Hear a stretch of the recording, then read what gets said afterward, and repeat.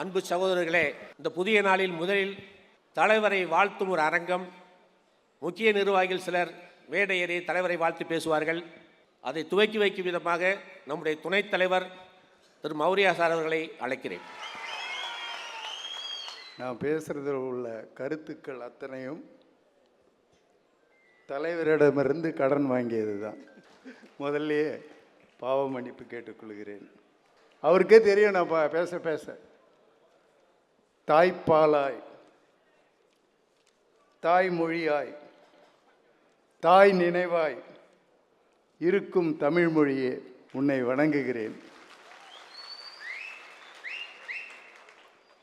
இனபேதம் ஏதுமின்றி கடந்த 40 ஆண்டுகளாய் நற்பணி செய்து கொண்டு வருபவர்களிடம் அரசியல் அதிகாரம் கிடைத்தால் இன்னும் அழுத்தமாக மக்கள் பணிகளை நற்பணிகளை செய்யலாம் என்ற கருத்தியலின் அடிப்படையிலே தராசு நடுவு நிலைமை போல, நேர்கோடு போல, வலதுமின்றி இடதுமின்றி சென்ட்ரிசம் என்ற இந்தியாவிற்கான புதிய அரசியல் கொள்கையை உருவாக்கி கட்சி ஆரம்பித்த குறுகிய காலத்திலேயே இருபெரும் தேர்தல்களை சந்தித்து பணபலம், ஊடக பலம், முன் அனுபவம் ஏதுமின்றி மக்களை சந்தித்து அனைவரின் கவனத்தையும் ஈர்த்து வாக்கு பெற்று மக்கள் நீதி மைய மகத்தான சக்தி என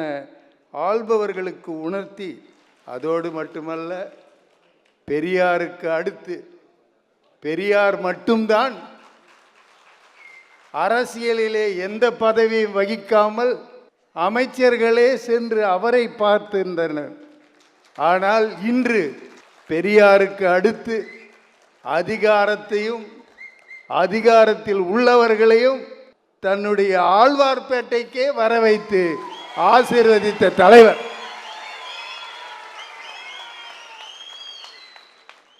உலகநாயகன் என்று உலகம் முழுக்க போற்றப்படும் நடிகர் நிஜ வாழ்விலே நடிக்காமல் மக்களுக்காக களமிறங்கி இருக்கின்றார். இங்கே நிஜத்தில் மக்கள் சேவை செய்ய இலக்கணமாக வீற்றிருக்கும் எங்கள் நெறிகாட்டி வழிகாட்டி மக்கள் நீதி மைய தலைவரும் எங்கள் நிரந்தர தலைவருமாகிய மக்கள் நீதி மையம் தலைவர் நம்மவர் அவர்களே, நற்பணி நாயகனோடு 42 ஆண்டு காலம் நற்பணி செய்து, நற்பணியே எங்கள் அடிநாதம், அதுதான் எங்களுடைய பேக்போன் என்ற அளவிலே நற்பணியை நிகழ்த்தி கொண்டிருக்கும் நற்பணியாளர்களுக்கெல்லாம் தலைவராய் விளங்கும் என் அன்பு தலைவர், துணைத் தலைவர் கோவை தங்கம் தங்கவேலு உள்ளிட்ட நற்பணி நாயகர்களே, நேர்மை, திறமை, நடுநிலையான மக்கள் பணி ஆகிய கருத்தியல்களால் கவரப்பட்டு தலைவரின் தலையை சுற்றியுள்ள அந்த புகழ் ஆரா என்று சொல்கிறார்களே, புகழ் வெளிச்சம், அந்த வெளிச்சத்தை பயன்படுத்தி மக்களுக்கு எப்படி நாங்கள் சேவை செய்ய போகிறோம் என்று அவரோடு இணைந்து பயணித்து கொண்டிருக்கும் மக்கள் நீதி மையத்தினுடைய நிர்வாக செயற்குழு, மாவட்ட, மண்டல மற்றும் வட்ட, நகர, ஒன்றிய செயலாளர்களே, பொதுக்குழு உறுப்பினர்களே, சிறப்பு அழைப்பாளர்களே, உங்கள் அனைவருக்கும் என்னுடைய வணக்கத்தினை தெரிவித்துக் கொள்கிறேன். இந்த பொதுக்குழுவில் முதல் ஆளாக நான் தான் பலிகடாகி இருக்கிறேன். ஏன்னா தலைவரை தலைவராய் தேர்ந்தெடுத்ததற்கு பாராட்டுவதற்கு என்னை போன்ற பாமரனால் எப்படி முடியுமா? சூரியனை பாராட்ட முடியுமா? நிலவை பாராட்ட முடியுமா? இயற்கையை பாராட்ட முடியுமா? நீங்களே சொல்லுங்க. ஒரு கவிஞன் இந்த இயற்கைகளை பார்த்து ஆச்சரியத்தில் ஆழ்ந்து அதை ஏதாவது 1% 2% தான் வர்ணிக்க முடியும். நான் அதை போலவே இன்று ஆச்சரியத்திலே ஆழ்ந்து தலைவரை வாழ்த்த வரவில்லை, நான் அவரை ஆராதிக்க வந்திருக்கின்றேன். நீங்கள் எல்லாருக்கும் உங்கள் எல்லாருக்கும் தெரியும், கமலின் அன்பும் கமலின் அறிவும்ன்ற ஹேஷ்டேக் நம்ம கட்சி ஆரம்பித்த உடனே ஒரு வருஷத்துக்கு தொடர்ந்து போட்டோம். கமலின் அன்பு சிறந்ததா, கமலின் அறிவு சிறந்ததா என்று பட்டிமன்றம் கூட வைக்க முடிவெடுத்திருந்தோம். இதுதான் பட்டிமன்றத்தில் தான் வச்சுக்கணும். அன்பினால் மக்கள் மீது அக்கறை வந்ததா, அறிவினால் மக்கள் மீது ஆளுமை வேண்டும் என்று வந்தாரா தெரியவில்லை. ஆனால் இன்று அன்பும் அறிவும் சேர்ந்து நம்மை மட்டுமல்ல, தமிழகத்தில் உள்ள அத்துணை இருபாலாரை மட்டுமல்ல, இந்தியாவில் உள்ள மக்களை மட்டுமல்ல, உலகெங்கும் உள்ள மக்களை தம்முடைய பாசக்கயிறால் கட்டி போட்டு, அதாவது கமல் அடிக்ஷன்னு சொல்லுவாங்க, அடிக்ட் ஆகிடுறோம். நிறைய நேரம் இதை கேட்கலாம் அதை கேட்கலான்னு வருவோம். நம்ம எல்லாம் அவரை பார்த்த உடனே எல்லாம் மறந்து போயிடும். உண்மைதானே? 1000 சண்டைகள், 1000 பிரச்சனைகள், 1000 நமக்குள்ள உள்ள ஒரு வேறுபாடுகள் எல்லாம் வந்து அவரை பார்த்த உடனே காணாமல் போயிடும். அப்படிப்பட்ட ஒரு தலைவர் நமக்கு தலைவராய் இன்று கிடைத்திருப்பது மிகப்பெரிய அரிதினும் அரிது. நாமெல்லாம் கொடுப்பனை செய்தவர்கள், கொடுத்து வைத்தவர்கள் என்று தான் எடுத்துக்கொள்ள வேண்டும். தலைவரின் நடுநிலை கொள்கை என்ற அரசியல் centrism takes seats in assembly elections for Congress என்ற இந்துவனுடைய ஒரு ஆர்டிக்கிளை பார்த்தாலே தெரிந்துவிடும். அதோடு மட்டுமல்ல, இன்னைக்கு பார்த்தீங்கன்னா மதம் இருக்கிறதா மதம் இல்லையா, கடவுள் இருக்கின்றாரா இல்லையா, எது இருந்தாலும் நடுவு நிலை என்ற ஒரு கொள்கையிலே தான் இன்று எத்தனை கட்சிகளும் இந்தியாவிலே பயணிக்க வேண்டிய கட்டாயத்தில் இருக்கிறாங்க. பொருளாதாரத்தில் நடுவு நிலைமை, மக்களுக்கான அரசியல் பேசும் நடுவு நிலைமை, அது மட்டுமன்றி எப்பொழுதெல்லாம் மக்களுக்கு எதிரான அரசியல் நடைபெறுகிறதோ அதை எதிர்க்கும் நடுவு நிலைமை என்ற ஒரு கருத்தியலோடு இன்று அரசியல் செய்து கொண்டிருக்கோம். ஒரே தலைவன் இந்தியாவில் நம்மவர் மட்டும்தான். நம்மவர் பேசின ஒரு சில வார்த்தைகளில் உங்களுக்கு சொல்ல கடமைப்பட்டிருக்கின்றேன். அந்த பால்கனி பாலிடிக்ஸ் கேள்விப்பட்டீங்களா? பால்கனி அரசியல் எவனாவது அரசியல்வாதி இந்த நாட்டிலே சொன்னானா? இவர் மட்டும்தான் சொன்னார். மாடியிலே மணி அடித்து மக்களை லட்சக்கணக்கிலே ரோடிலே நடக்க விட்டு கொன்றார்களே, அதை பற்றி யாராவது பேசினார்களா? இவர் ஒருவர் தான் பேசினார். ரூபாய் நோட்டு செல்லாது என்று அறிவித்த போது வங்கிகளின் கிளைகளின் வாசலிலே வயதானவர்கள் எல்லாம் சுருண்டு விழுந்து செத்தார்களே, அதை பற்றி எல்லாம் பேசியது நம்மவர் மட்டும்தான். எலக்ட்ரல் பாண்டுன்னு ஒரு பெரிய ஊழல் நடந்தது, அதை பற்றி பேசியதும் நம்ம தலைவர் தான். அதெல்லாம் நீங்கள் பார்க்கணும்.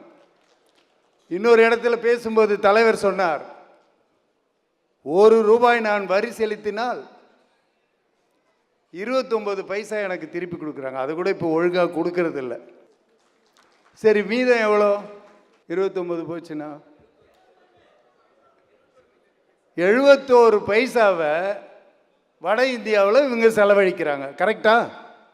ஆனால் தலைவர் கேட்கிறார், நீங்கள் செலவழிக்கும் அந்த 71 பைசா கரெக்டாக அந்த வட இந்திய ஜனங்களுக்கு நீங்கள் செலவழிச்சிருந்தீங்கன்னா அவன் ஏன்டா ட்ரெயினா லட்சக்கணக்கில் தமிழ்நாட்டுக்கு வேலை தேடி வரான் அப்படி என்று கேட்டவர் நம்ம தலைவர். அதை விட கொடூரமானது பண்ணார் தலைவர். ஒரு பெரிய பெரிய கொடூரம் பண்ணார். பட்ஜெட்டும் போது பட்ஜெட்டை அந்த அம்மா தாக்கல் பண்ணிட்டாங்க. இவர் என்ன ட்வீட் போட போகிறாருன்னு நானும் பார்த்துக்கிட்டே இருந்தேன். 2 லைன் ட்வீட்டு தாங்க, இந்தியா முழுக்க ஆடி போச்சு. என்னன்னா, congratulations NDA budget, hope to have India budget soon. செமையாக போச்சு. வாழ்த்துக்கள் என்டிஏ பட்ஜெட்டிற்கு, இந்தியாவினுடைய பட்ஜெட்டு நீங்கள் உடனே தாக்கல் பண்ணுவீங்க அப்படின்று நான் எதிர்பார்க்கிறேன் என்று சொன்னார். 2.4 மில்லியன் வியூ ஒரே நாளில் கலக்கிட்டார். தலைவருடைய கொள்கைகளை நீங்கள் போனீங்கன்னா இன்னும் டீப்பாக நல்லா போகலாம். பொருளாதார கொள்கைகள் பார்த்தீங்கன்னா, நம்ம கொள்கைகள்லாம் காப்பி அடிப்பதற்கென்றே நம்ம தலைவர் சொல்லுவார். பொருளாதார கொள்கையில் 1 ட்ரில்லியன் எக்கானமின்னார். உடனே இன்னைக்கு அரசியலில் 1 ட்ரில்லியன் எக்கானமி, 5 ட்ரில்லியன் எக்கானமி டெல்லியில். இதே பேச்சு தான் ஓடிக்கிட்டு இருக்கு. மகளிருக்கான ஊதியம் செந்தில பேசினாங்க, யாரோ பேசிட்டாங்க ஆல்ரெடி. மகளிருக்கான ஊதியம் என்று சொன்ன உடனே, ஓ அன்பிற்கு விலை பேசுறியா ஒரு சனி கேட்டுச்சு. அது கூட இப்போ அரசியல்வாதி ஆகிவிட்டது. அன்பிற்கு விலை பேசலாமா? இது எக்கனாமிக்ஸ். உழைப்பிற்கு ஊதியம் கொடுன்றார். எந்த தலைவனாவது இந்த நாட்டில் அப்படி சிந்தித்து இருக்கிறானா? 50% உள்ள மக்கள் உழைத்து கொண்டு இருக்கிறார்கள். வீட்டில் தூங்குறாங்களா யாராவது லேடிஸு? உழைக்கிறாங்கல்ல. அவர்கள் உழைப்பிற்கு ஊதியம் தான் கொடுக்க சொல்கிறார். எப்படி கால்குலேட் பண்ணுவீங்கலாம் கேட்டாங்க. அதையும் மிக சிறப்பாக விளக்கினார். இன்றைக்கி பாருங்கள், காங்கிரஸ் கட்சியினுடைய தேர்தல் அறிக்கையிலே இந்த மகளிருக்கான ஊதியம் இல்லாத அறிக்கையே கிடையாது. எல்லா இடத்துலையும் பண்ணுறாங்க. நம்முடைய பெண்களை பற்றி, பெண்கள் பாதுகாப்பு பற்றி பெண்கள்கிட்டேயோ பொது ஊடகங்கள்கிட்டயோ அவர் பேசலை. என்ன மாதிரி ஆண்கள்கிட்ட தான் அவர் சொல்கிறார். ஆண்களைத்தான் அவர் சொல்கிறத பார்த்தீங்களா? நம்முடைய வாழ்வில் பெண்களின் பங்களிப்பும் தியாகமும் அளவீடற்றவை. அவர்களின் கண்ணியத்தையும் பாதுகாப்பையும் உறுதி செய்வேன் என்று ஒவ்வொரு ஆணும் உறுதி எடுத்துக்கொள்ள வேண்டும் என்று சொல்கிறார். எப்படி பாருங்க, ஒரு திங்கிங்கே வேற மாதிரி இருக்கும். சமூக நீதி பற்றி இந்த தலைவர் மாதிரி யாருமே பேசுனதில்லை. சாதிதான் என்னுடைய முதல் எதிரி. எங்க போனாலும் சாதிதான் என்னுடைய முதல் எதிரி. அதோடு நிக்கல, ஆதலால் காதல் செய்வீர், கலப்பு திருமணம் செய்வீர் அப்படின்றதையும் இவர் தான் வல்ல சொன்னார். அது நிறைய இருக்கு. இப்போ யாருமே இவரை மாதிரி ஒரு சிந்திக்கிறதுக்கு அருகதையற்றவர்கள் அரசியலில். இவரா திடீர்னு ஒருத்தர் என்ன செஞ்சார், நான் யாரையும் குறிப்பிட்டு சொல்லலை, நீங்கள் தப்பாக எடுத்துக்காதீங்க, ஆனாலும் சொல்கிறேன். உடனே எல்லா மதுக்கடைகளையும் மூடணும்னு ஒருத்தர் பேசினார். அதுக்காக போராட்டம்னார். இப்போ படிப்படியாக மூடலான்றார். ஆனால் எங்கள் தலைவரை பற்றி தெரியுமா? மதுக்கடைகள் அனைத்தையும் மூட வேண்டும் என்று உயர்நீதிமன்றத்தில் வழக்கு தொடுத்து அதில் வெற்றியும் பெற்றார். மூட சொன்னாங்க, அதுக்கும் அப்பீல் போய் அதையும் உடைச்சிட்டிங்க. ஆனாலும் அப்பொழுதும் தலைவர் நடுநிலையாக நின்று, மூடுவது முக்கியமல்ல, மதுக்கடைகளை க்ளோஸ் பண்ணுறது முக்கியமல்ல, மது குடிப்பவர்களை முதலில் திருத்துவதற்கு வழி காணுங்கள் என்று சொன்னவர் நம்முடைய தலைவர். இதுபோல் நான் நிறைய சொல்லிக்கிட்டே போகலாம்.